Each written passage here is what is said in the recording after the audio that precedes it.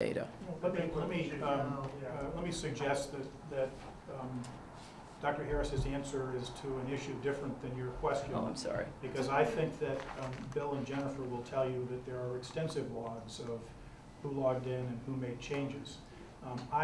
We would have to check, but I don't think that that feature was turned off. So that will not turn and I think that there have been extensive reports made publicly available pursuant to Public Records Acts that are essentially logs of when people logged on and when they made changes. And let me just, I think this is another important point. I know you're all trying to get this story as accurately as possible, but with all due respect to Bill and Jennifer, the reporting on the number of changes, I think, exaggerates what's happened here, because you can't simply look at the number of absences that are deleted and draw much in the way of a conclusion. And I'll give you an example. I don't remember whether it was Bill or Jennifer who wrote this story, but there was a story that talked about how after meetings with Mr. Tankovich, principals went back and withdrew and then re-enrolled students. And went through, I think, 5 schools, one of which was Mifflin. The principal is Mr. Stevens. And it talked about 4,400 attendance days of absence had been deleted. Later in that discussion of Mifflin, it talks about 19 students. Well, the fact is those 4,400 absences that were deleted relate to those 19 students. Divide 4,400 by 19. It's something like 241. There are 180 days in a school year. It would be impossible for a student to be absent 240 days in a school year when there are only 180. Fact is that a lot of attendance records have 2 records for one day, because there's a morning record and an afternoon record, and some of them even have periods. I mean, and it's inconsistent. So you could have one student with 5 different absences on a single day. And so the data is great, but it doesn't always say what it looks like, what it says. And our only point here is really everyone needs to be careful and cautious and needs to let the audit and the investigations play out before drawing conclusions. These are important issues. The data is huge. Again, Bill and Jennifer can tell you how voluminous the data is and how hard it is to sit at your computer and go over an Excel spreadsheet and try to make sense of all of it.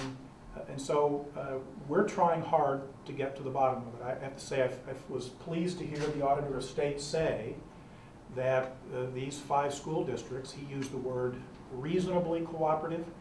I can tell you we have done everything we possibly could to be cooperative. We waived the attorney-client privilege going backwards so that no documents have been shielded from this investigation on grounds of attorney-client privilege.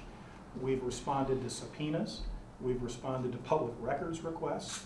The auditor has talked to a lot of people. To my knowledge, none of them have, we have not appeared with any of them as counsel. He's had the opportunity to speak to them alone, without counsel or anyone else from the district present.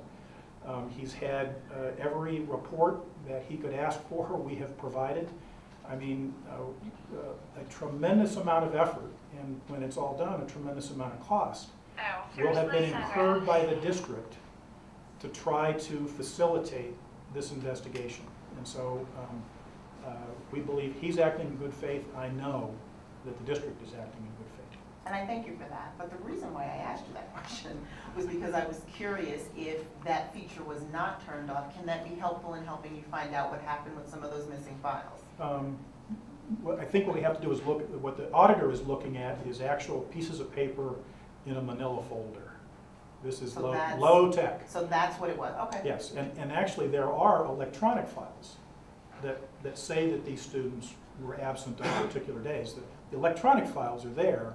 What's missing, if it's missing. And is the paper file just the paper hard copy of what was entered electronically, or are they something separate? No, you know, what happens is, you know, again, you've got records secretaries, attendance secretaries, you've got a whole host of people within a school that might be entering data. But basically, data gets entered into the computer based on, you know, those sheets that our teachers sent down to the office. I mean, it's low tech. Now, actually, there are some schools where there were automated systems. They weren't uniformly used, either in schools or by teachers. And so what the auditor went out to the schools to look at was actual, they call them CUME files, accumulative files, of students. They're very low tech. And I don't,